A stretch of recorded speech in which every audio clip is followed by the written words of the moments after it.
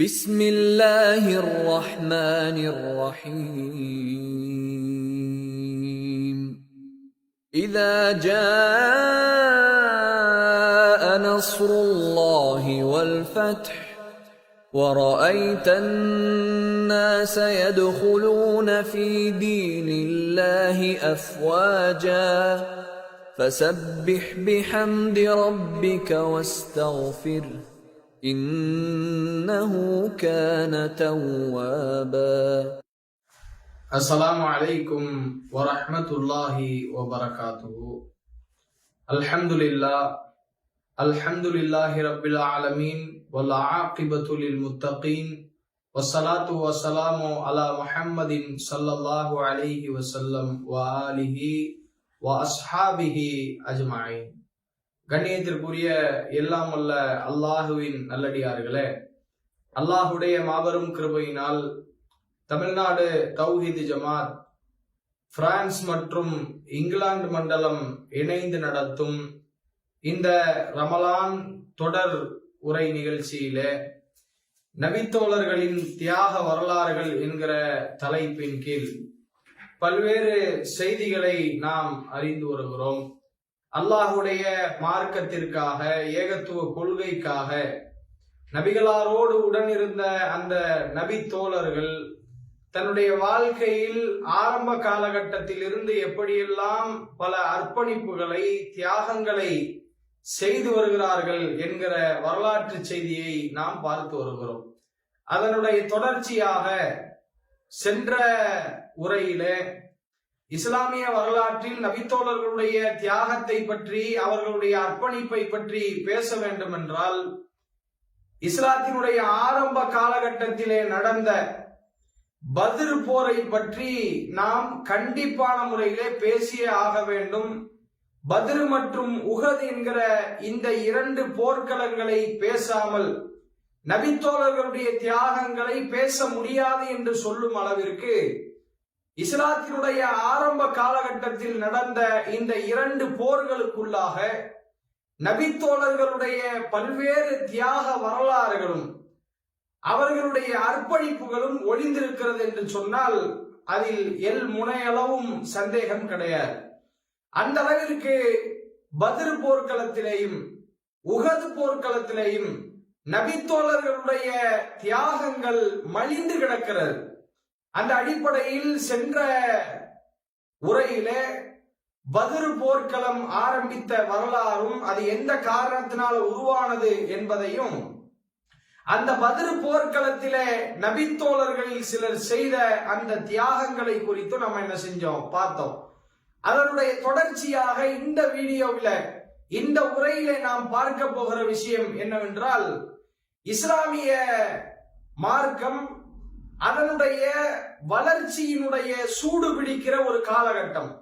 பத்ர் போர்க்களத்தில் முஸ்லிம்கள் தோற்கடிக்கப்பட்டு, மிக கொடுமையான முறையிலே தோற்கடிக்கப்பட்டு, உலக அரங்கில் தலைகுனிவு ஏற்பட்டு, ஒரு சின்ன கூட்டம், சாதாரண ஒரு 300 நபர்கள் சேர்ந்து இவ்வளவு பெரிய பெரும் கொண்ட படையை அடித்து ஓடவிட்டார்களே என்று ஊர் முழுவதும், அந்த அரபு கோத்திரத்தார்கள் முழுவதுமாக மக்கத்து குறைஷிகளை படு கேவலமான முறையில் அசிங்கப்படுத்தி என்ன செய்தார்கள், பேச ஆரம்பித்தார்கள். அதனுடைய தாக்கம் மக்கத்து குறைஷிகளுடைய உள்ளத்திலே அனலாக கசிந்து கொண்டிருந்தது. என்றாவது ஒரு நாள் முகம்மதை தாக்குவதற்கு, அவர்களுடைய மக்களை அழித்தொழிப்பதற்கு நமக்கு சந்தர்ப்பம் கிடைக்கும் என்று காத்து கொண்டிருந்த இந்த மக்கத்து குறைஷிகள் பத்ர் போர்க்களம் நடந்து சரியாக ஒரு வருஷ காலத்திலே என்ன செய்கிறார்கள் என்றால், அல்லாஹுடைய தூதரையும் அவர்களோடு நம்பிக்கை கொண்ட அந்த இறை நம்பிக்கையாளர்களையும் நபித்தோழர்களையும் அழித்தொழிக்க வேண்டும் என்று கங்கணம் கட்டி கொண்டு மதீனாவை நோக்கி மிகப்பெரிய படை திரட்டி வருகிறார்கள். எந்த அளவிற்கு என்று சொன்னால், கிட்டத்தட்ட 3000 பேர்களை கூட்டி அந்த 3000 பேர்களை கொண்ட அந்த பெரும்படை மதீனாவை நோக்கி வருகிறது. மதீனாவை நோக்கி வந்து மதீனாவினுடைய மிக அருகாமையில் இருக்கக்கூடிய உஹத் என்கிற அந்த மலை மேலே கூடாரமிட்டு அவர்கள் நபிகளாரையும் அவர்களோடு நம்பிக்கை கொண்ட மக்களையும் தாக்குவதற்கு சந்தர்ப்பம் பார்த்து காத்து கொண்டிருக்கிறார்கள். இந்த நேரத்தில் தான் ரசூலுல்லாஹி ஸல்லல்லாஹு அலைஹி வஸல்லம் அவர்களுக்கு இந்த செய்தி கேட்டவுடனேயே தன்னுடைய மக்களுக்கு இது பற்றியான அறிவிப்பை எடுத்து வைத்து நாம என்ன செய்யலாம் என்கிற ஒரு முடிவை கேட்பதற்காக ஒரு ஆலோசனை கூட்டம் நடத்துறாங்க. அப்படி ஆலோசனை கூட்டம் நடத்தும் பொழுது பெரும்பாலான அன்சாரி தோழர்களும் சரி, அதே போன்று முஹாஜிர்கள் சகோதரர்களாக இருந்தாலும் சரி, எல்லா மக்களுமே ஒருமித்து ஒரு கருத்தை சொல்கிறார்கள். நம்முடைய ஊருக்கே நம்மளை தாக்குவதற்கு தேடி வந்து விட்டார்கள் என்றால் அவர்களை சும்மா விடக்கூடாது, நம்ம திரும்ப அடிக்கணும் ரசூலுல்லாஹ்னு அல்லாஹ்வுடைய தூதருக்கு பக்கபலமாக, ஆறுதலாக, உறுதுணையாக எல்லா நபித்தோழர்களும் என்ன செய்யறாங்க, களமாடுவோம் என்று உறுதிமொழி இருக்கிறார்கள்.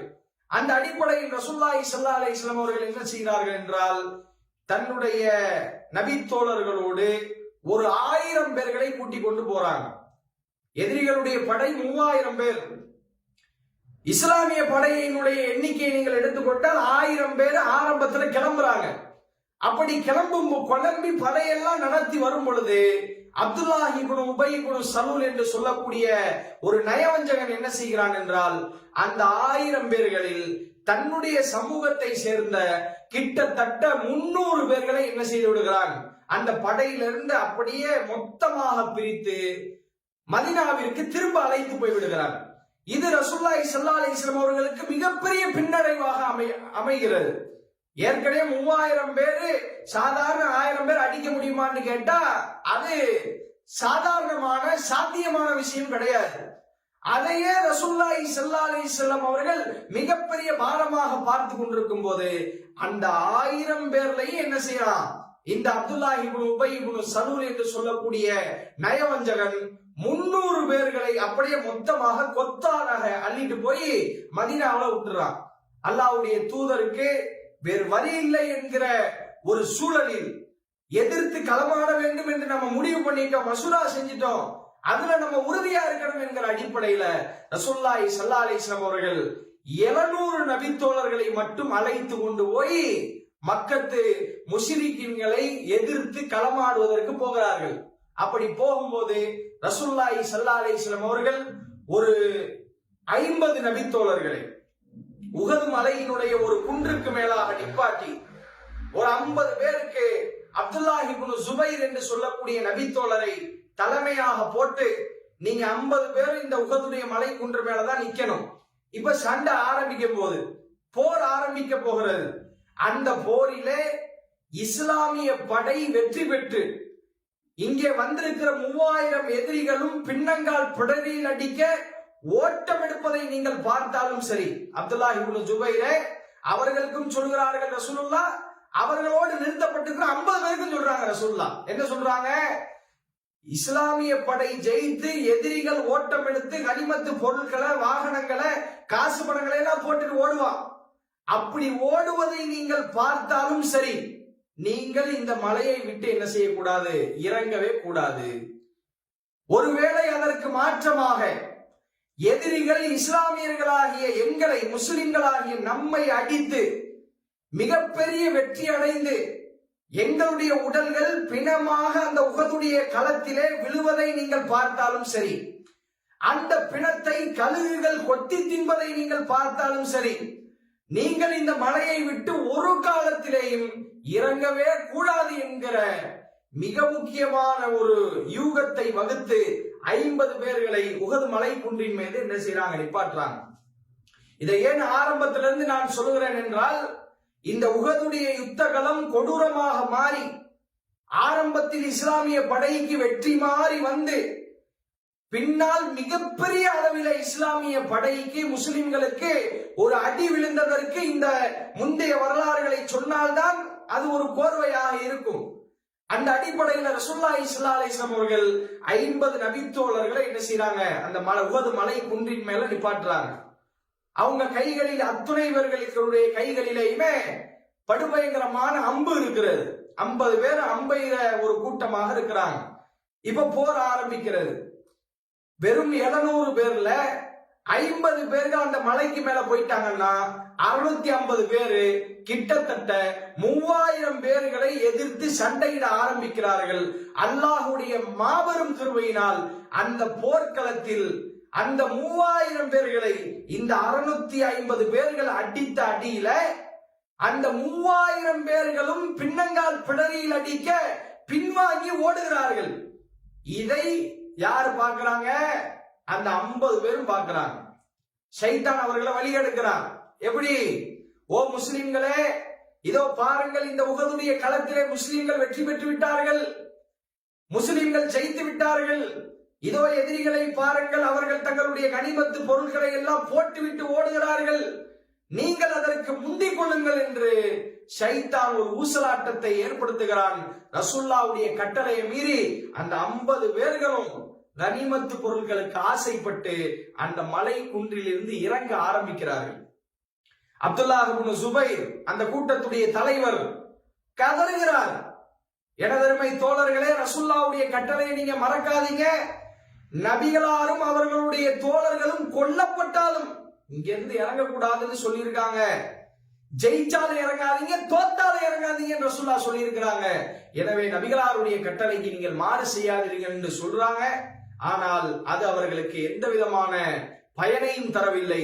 அந்த 50 பேர் இறங்கி உஹது மலையிலிருந்து கீழே வர்றாங்க. வரும்பொழுது இத ஓரம் அணிந்து கவனித்துக் கொண்டே இருக்கிறார் ஒரு மிகப்பெரிய குதிரை படையை கட்டமைத்து ஹாலித் இப்னு வலீத் என்று சொல்லக்கூடிய நபித்தோழர், அல்லாஹ்வுடைய போர்வால், பின்னாடி இஸ்லாத்தை ஏற்றுக்கிட்டார். இந்த மலையில் இருந்து அந்த மக்கள் இறங்கினால்தான் இஸ்லாமிய படையை உஹது மலையை சுத்தி வந்து அடிக்க முடியும் என்பதை சரியாக கணித்த ஹாலித் இப்னு வலீத் என்ன செய்கிறார் என்றால், அந்த மக்கள் இறங்குறதுக்கு வெயிட் பண்றாரு. அதே மாதிரி அந்த 50 பேரும் இறங்கும் பொழுது தன்னுடைய குதிரை படையை, மிகப்பெரிய குதிரை படையை அழைத்து கொண்டு உஹது மலையை ஒரு ரவுண்ட் அடிக்கிறார். அப்படி அடித்து வந்து இஸ்லாமிய படையை பின்புலத்திலிருந்து தாக்க ஆரம்பிக்கிறார். இந்த ஹாலித் இப்னு வலீதும் அவர்களுடைய குதிரை படையும் தாக்கிய தாக்கத்திலே, அந்த அடியில முஸ்லிம்களுடைய ஒட்டுமொத்த படையும் என்ன செய்கிறது? சின்ன பின்னமாக சிதறி போகிறது. எந்த அளவிற்கு என்றால், ரசூலுல்லாஹி ஸல்லல்லாஹு அலைஹி வஸல்லம் அவர்கள் எதிரிகளால் தாக்கப்படுகிறார்கள். தனித்து விடப்பட்டு நபிகளாருடைய கடவாய் பற்கள் எல்லாம் அடித்து நொறுக்கப்படுகிறது. நபிகளாருடைய தலையில ரசூலுல்லாஹ் கிரீடம் போட்டிருக்கிறார்கள். அந்த இரும்பு கிரீடம் அடிக்கப்பட்டு எந்த அளவிற்கு பலமாக அடிக்கப்பட்டது என்றால், நபிகளாருடைய தலையில் வைத்து அந்த கிரீடம் உடைக்கப்பட்டது என்று வரலாறு சொல்லுகிறது. அந்த அளவிற்கு நபிகளாரும் தாக்கப்பட்டார்கள், நபி தோழர்களும் தாக்கப்பட்டு இஸ்லாமிய படைக்கு வெற்றி வாகை சூடக்கூடிய அந்த நிலையில நபிகளாருடைய கட்டளைக்கு அந்த மக்கள் மாறு செய்ததனுடைய விளைவு அந்த இஸ்லாமிய படையை டோட்டல் கொலாப்ஸாக மாறி போய்விடுகிறது. நிர்மூலமாகி போகிறார்கள். எந்த அளவிற்கு அந்த போர்க்களத்திலே கள சூழ்நிலை மாறி போய்விடுகிறது என்றால், யமாமா என்று சொல்லக்கூடிய ஒரு நபித்தோழர், ஹுதைஃபத்து இப்னு யமான் என்று சொல்லக்கூடிய இந்த நபித்தோழர், யமான் என்கிற நபித்தோழரும் அந்த போருக்கு வந்திருக்கிறார் இஸ்லாமிய படைக்கு சார்பாக. அவருடைய மகன் ஹுதைஃபா ரலியல்லாஹு அவர்களும் அந்த போர்ல வந்து கலந்துகிட்டு இருக்கிறாங்க. எந்த அளவிற்கு என்றால், இந்த ஹுதைஃபா ரலியல்லாஹு அவர்கள் பின்னால் ஒரு காலகட்டத்திலே சொல்லுகிறார்கள், ஹுதைஃபா என்கிற நானும் என்னுடைய தந்தை யமான் ரலியல்லாஹு அவர்களும் உஹது போர்க்களத்தில் முஸ்லிம்களுக்கு பக்க சார்பாக சண்டை போடுவதற்கு வந்தோம்.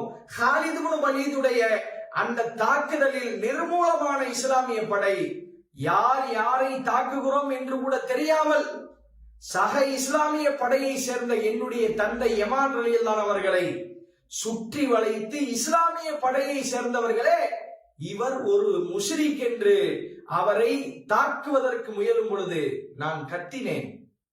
பெத்த தந்தை தன்னுடைய சக தோழர்களாலேயே வெட்டப்பட போகிறார்.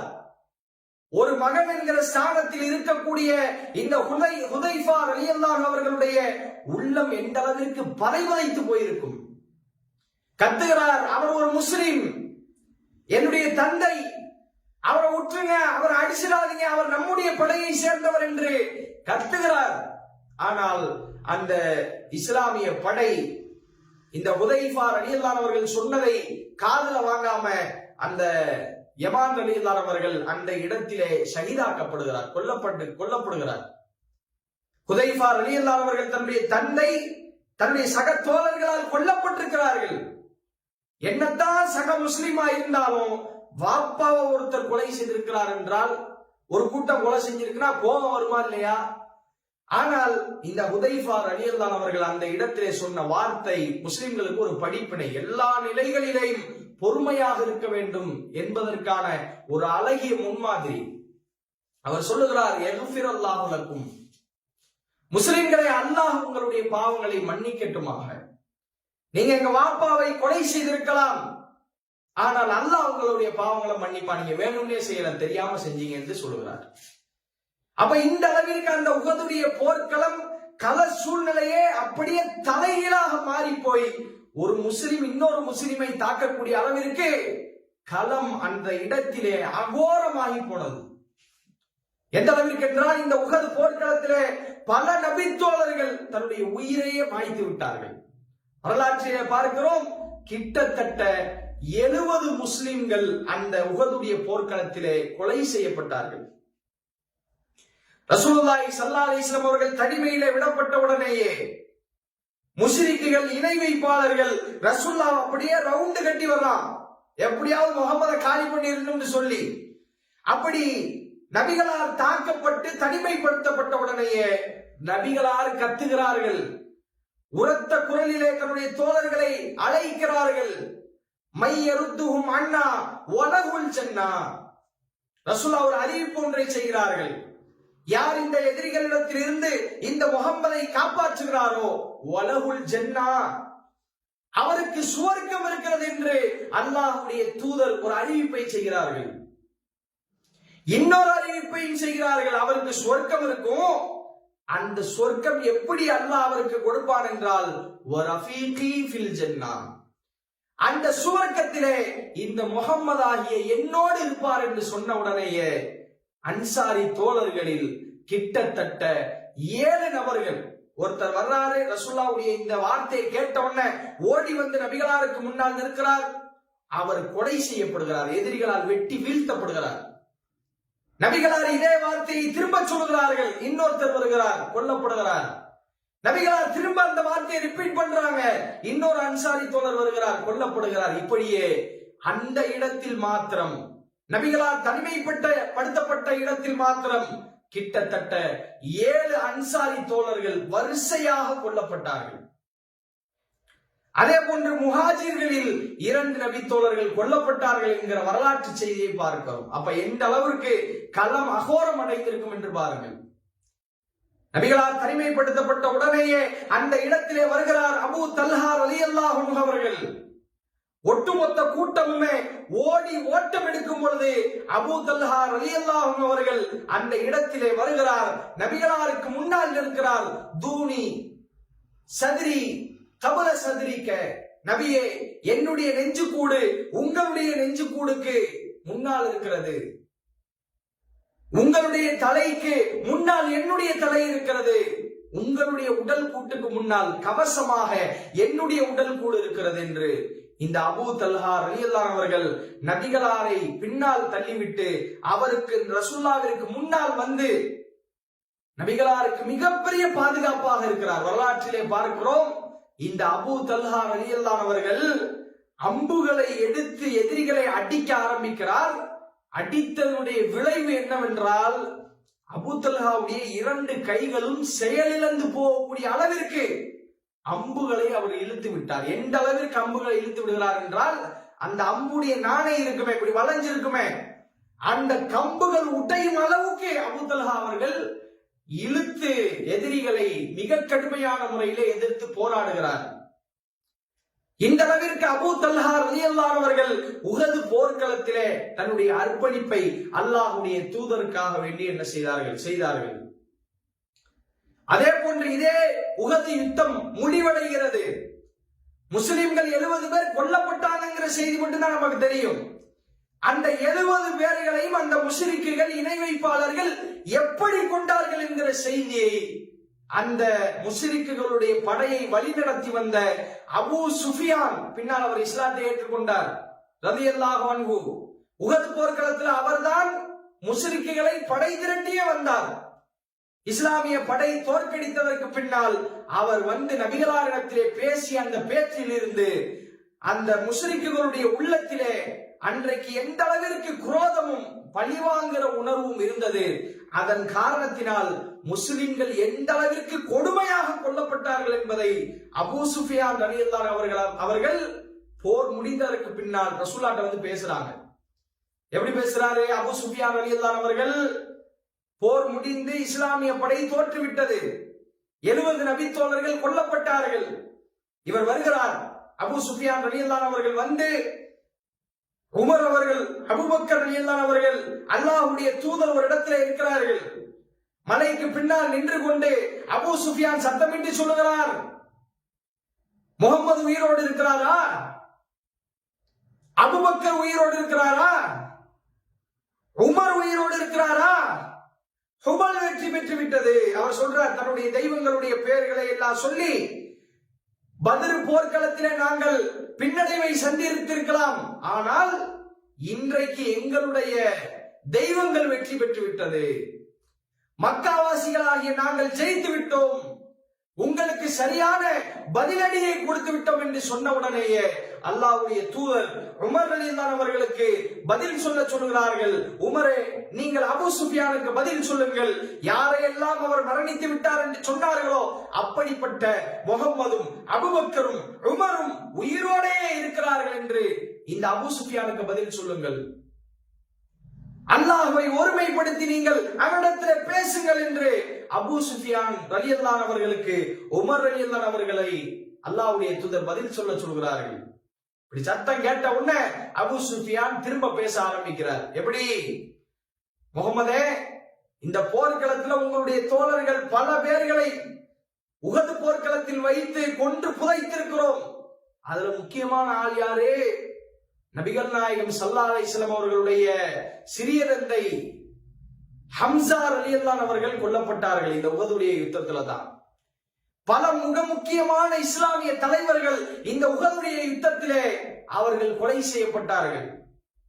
இந்த அபூ சுஃபியான் வந்து சொல்லுகிறார், போர்க்களம் எல்லாம் முடிஞ்சிருச்சு, நாங்கெல்லாம் ஊருக்கு போன உடனேயே இந்த போர்க்களத்தில் வந்து இறந்தவர்களை கைப்பற்றுவதற்கு நீங்கள் வருவீர்கள்.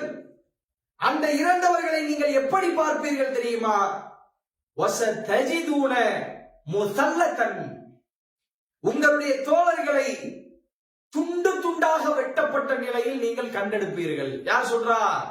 அந்த எதிரிகளுடைய தலைவராக இருந்த அன்றைக்கு இருந்த அபூ சுஃபியான் சொல்கிறார், அந்த 70 பேர்களை நீங்கள் எப்படி கண்டெடுப்பீர்கள் என்றால் முஸல்லதன் தஜிதுன முஸல்லதன், துண்டு துண்டாக வெட்டப்பட்ட நிலையில் அவர்களை நீங்கள் கண்டெடுப்பீர்கள்.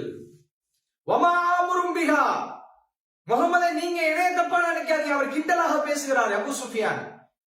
வமா அம்ருஹும் பிஹா, அந்த என்னுடைய தோழர்களுக்கு முஸ்லிம்களை இப்படி துண்டு துண்டாக வெட்டுங்கள் என்று அபூ சுஃபியான் ஆகிய நான் கட்டளையிடவில்லை. சொல்லிவிட்டு அவர் சொல்லுகிறார், என்றாலும் இப்படி முஸ்லிம்கள் வெட்டப்பட்டது எனக்கு ஒன்றும் கவலை அளிக்கவில்லை. எப்படிப்பட்ட வார்த்தை பாருங்க. பின்னாடி அல்லாஹ் அவருக்கு நேர்வழி கொடுத்தான். ஆனால் அபூ சுஃபியானுடைய இந்த வார்த்தை மக்காவாசிகளுக்கு எந்த அளவிற்கு பத்ர் போர்க்களத்தில் தோற்றத்தினுடைய தாக்கம் இருந்திருக்கிறது என்பதை இவருடைய வார்த்தை நமக்கு தெளிவாக உணர்த்துகிறது. துண்டு துண்டாக வெட்டப்பட்டாங்க. அதிலே ஒருத்தர் தான் அனஸ் பின் நல்ர் ரலியல்லாஹு அன்ஹு அவர்கள். இவர்கள் பத்ர் போர்க்களத்தில் கலந்து கொள்ளவில்லை. நபிகளாரிடத்திலே வருகிறார். பத்ர் போர்க்களம் முடிந்ததற்கு பின்னால் ரசூலுல்லாஹ்வை சந்திச்சு ஒரு வாட்டி பேசுறார். எப்படி? அல்லாஹ்வுடைய தூதர் அவர்களே, பத்ர் போர்க்களத்திலே நான் கலந்து கொள்ளவில்லை, அல்லாஹ் எனக்கு அந்த வாய்ப்பை கொடுக்கல. இன்னொரு போர்க்களத்தில் கலந்து கொள்ளக்கூடிய ஒரு வாய்ப்பு எனக்கு கிடைக்கும் என்றால் என்னுடைய வீரத்தை அல்லாஹ் பார்ப்பான். இப்படி சொல்றாங்க. அல்லாஹ் அப்படியான ஒரு வாய்ப்பை ஏற்படுத்தி கொடுக்கிறான். உஹதுடைய போர்க்களம் இஸ்லாமிய வளர்ச்சி சூடு பிடிக்கிற நேரம், அந்த நேரம் உஹதுடைய போர்க்களம் நடந்த காலம் அது. அந்த போர்க்களத்தில் அனஸ் பின் நல்ர் அவர்கள் கலந்து கொள்கிறார்கள். எதிரிகளுடைய அடி தாங்க முடியாமல் முஸ்லிம்களுடைய படை அப்படியே பின்வாங்கி ஓடி வருகிறது. பெரும் பெரும் நபி தோழர்கள் எல்லாம் ஓடி வருகிறார்கள் பின்னாடி. அதுல ஒருத்தர் தான் சஅத் இப்னு முஆத் ரலியல்லாஹு அவர்கள். இந்த அனஸ் இப்னு நதர் அவர்கள் எல்லா மக்களும் வெளியேறி ஓடி வரும் பொழுது இவர் களத்துக்குள்ளே போகிறார். 3000 பேர் எதிர்த்து நிற்கிறான். தனி மனிதனாக சிங்கமாக கர்ஜித்து அந்த போர்க்களத்திற்குள்ளே போகிறார். சஅத் இப்னு முஆதை எதிர்த்தாப்புல பாக்குறாங்க. யா சஅத் இப்னு முஆத், சஅத் இப்னு முஆதே, எங்கே செல்கிறீர்கள்? போர் நடந்து கொண்டிருக்கிறது, எங்கே போகிறீர்கள்? இதோ இந்த உஹதுடைய மலையினுடைய பின்னால் இருந்து சுவர்க்கத்தினுடைய வாசனையை நான் நுகர்கிறேன், அந்த சுவர்க்கத்தை நோக்கி நான் போகிறேன் என்று உள்ளே போகிறார். எதிரிகளை வெட்டி வீழ்த்துகிறார். எதிரிகளால் இவரும் வெட்டப்படுகிறார். எந்த அளவிற்கு என்றால் அவருடைய உடம்பிலே 80க்கும் மேற்பட்ட வெட்டு காயங்கள். அபூ சுஃபியான் சொன்னாரே, செதில் செதிலா வெட்டி இருக்கிறோம், துண்டு துண்டாக முகமது உங்களுடைய தோழர்களை வெட்டி இருக்கிறோம் என்று சொன்னாரே, அதிலே ஒருவர் தான் இந்த அனஸ் இப்னு நதர் ரலியல்லாஹு அவர்கள். வருகிறார். அவருடைய உடம்பை பார்த்தால் முஸ்லிம்கள் சொல்கிறார்கள், அனஸ் பின் நதர் அவர்களுடைய உடம்பு அடையாளம் தெரியாத அளவிற்கு முஷ்ரிக்குகளால் அப்படியே வெட்டி செதில் செதிலாக அவர் ஆக்கப்பட்டிருந்தார். இவர்தான் அனஸ் பின் நதர் என்று யாராலும் கண்டுபிடிக்க முடியவில்லை. அவருடைய சகோதரி வந்து அனஸ் பின் நதர் அவர்களுடைய விரல் நுனிகளை வைத்துத்தான் இவர்தான் எங்க அண்ணன் கண்டுபிடிச்சு சொல்லக்கூடிய அளவுக்கு அந்த போர்க்களத்திலே மிக கொடூரமான முறையிலே அனஸ் பின் நதர் அவர்கள் கொல்லப்பட்டார்கள். அல்லாஹ் இவர்கள் தொடர்பாகத்தான் ஒரு வசனத்தை இறக்கி வைக்கிறான். என்ன வசனம்? மினல் முஃமினீன ரிஜாலுன் ஸதகு மா ஆஹதுல்லாஹ் அலைஹி. மூமின்களில் சில ஆண்கள் இருக்கிறார்கள், அல்லாஹ்விற்கு அவர்கள் செய்து கொடுத்த அந்த சத்தியத்தை, வாக்கை அவர்கள் நிறைவேற்றி காட்டிவிட்டார்கள். மின்ஹும் மன் கலா நஹ்பஹு. எங்களுடைய உடல், பொருள், ஆவி அத்தனையும் இஸ்லாத்திற்காகவே என்று உடன்படிக்கை செய்தார்களே, அந்த உடன்படிக்கையை நிறைவேற்றி இந்த களத்திலே தன்னுடைய உயிரை அல்லாஹ்விற்காக விட்டவர்களும் இருக்கிறார்கள். ஓ மின்ஹும் மை யன்ததிர். அதை எதிர்பார்த்து காத்து கொண்டிருப்பவர்களும் இருக்கிறார்கள். பதில்ல கலந்து கொள்ளாத இந்த அனஸ் இப்னு நதர் ரசூலுல்லாஹ்ட்ட வந்து வாக்கு கொடுத்தாங்க. அல்லாஹ்வை சாட்சியாக்கி சொன்னார்கள், பதில்ல நான் கலந்து கொள்ளல, உஹதில் கலந்து கொள்ளக்கூடிய ஒரு வாய்ப்பு கிடைத்தால் அல்லாஹ்வுடைய தூதரே, என்னுடைய வீரத்தை அங்கே பார்ப்பீர்கள். சஅத் இப்னு முஆத் அவர்கள் சொல்கிறார்கள், இந்த அனஸ் இப்னு நதர் அவர்கள் எதிரிகளுக்குள்ளே புகுந்து சண்டை செய்ததை அல்லாஹ்வுடைய தூதரே என்னால் அழகுபடுத்தி விவரித்து சொல்ல முடியவில்லை. அந்த அளவிற்கு உஹதுடைய யுத்தத்திலே அவர் சண்டை போட்டால், வீர தீரமாக சண்டை போட்டார்.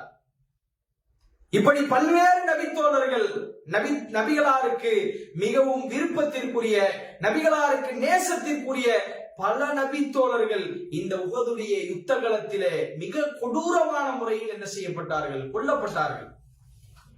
இப்படியான தியாகங்களை எல்லாம் நம்முடைய வரலாற்றிலே, நம்முடைய வாழ்க்கையிலே படிக்கும் பொழுது நம்முடைய வாழ்க்கையில் அது மாற்றத்தை தர வேண்டும். ஒரு மனிதன் பெரிய சொத்தாக பார்க்கிற உயிரையே அன்றைக்கு வாழ்ந்த நபித்தோழர்கள் அல்லாஹ்விற்காக வேண்டி தியாகம் செய்திருக்கிறார்களே, நாம் செய்கிறோமா? அல்லாஹ்விற்காக வேண்டி ஒரு சின்ன தியாக உள்ளம் நம்மகிட்ட இருக்காங்கிறதுக்கு ஒரு சின்ன ஒரு எடுத்துக்காட்டை சொல்ல வேண்டும் என்றால், நபிகளார் ஸல்லல்லாஹு அலைஹி வஸல்லம் அவர்கள் சொன்னார்கள், அல்லாஹ்விற்கு பிடித்தமான ஒரு அமலை நான் உங்களுக்கு சொல்லி தரட்டுமா? நபித்தோழர்கள் சொன்னார்கள், ஆம் அல்லாஹ்வுடைய தூதரை சொல்லித்தாருங்கள். ரசூலுல்லாஹி ஸல்லல்லாஹு அலைஹி வஸல்லம் அவர்கள் சொன்னார்கள், பள்ளிவாசலில் இருக்கக்கூடிய ஒரு அசுத்தத்தை, ஒரு குப்பையை பார்க்கிறீங்களா, ஒரு மாசு தரக்கூடிய ஒரு பொருளை பார்க்கிறீர்களா, அதை அல்லாஹ்வுடைய ஆலயத்திலிருந்து நீங்க சுத்தப்படுத்துவது அல்லாஹ்வுக்கு ரொம்ப ரொம்ப பிடிக்கும்னு சொன்னாங்க ரசூலுல்லாஹ். ஆனால் இந்த விஷயம், இதை செய்யறதுக்கு ஒரு தியாக மனப்பான்மை வேணும். எல்லாராலும் செஞ்சிட முடியாது. ஆனா நாம என்ன நினைக்கிறோம்?